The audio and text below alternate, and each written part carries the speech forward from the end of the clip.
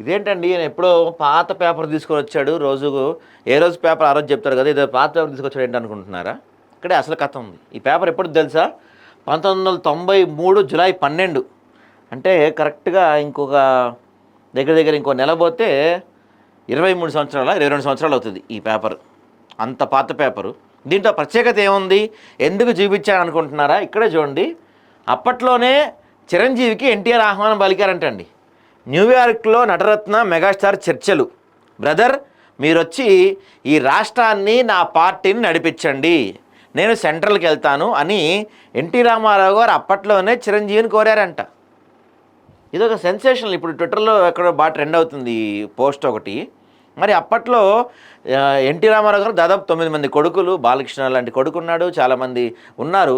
ఇంతమంది కొడుకులు ఉండగా కూడా చిరంజీవిని ఎందుకు కలుపుకోవాలనుకున్నాడు?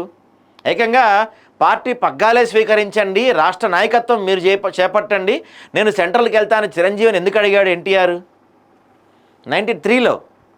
అంటే కాపుల్ని ఎప్పటికైనా కలుపుకోవాలి, కాపులతోనే గెలవటం సాధ్యమవుతుందని 93లోనే ఎన్టీఆర్ గుర్తించాడు. ఇప్పుడు చంద్రబాబు ఇంప్లిమెంట్ చేస్తుంది అదే. అప్పట్లో చిరంజీవిని కలుపుకుందాం అనుకున్నాడు, ఇప్పుడు చంద్రబాబు నాయుడు ఏం చేశాడు? పవన్ కళ్యాణ్ని కలుపుకున్నాడు.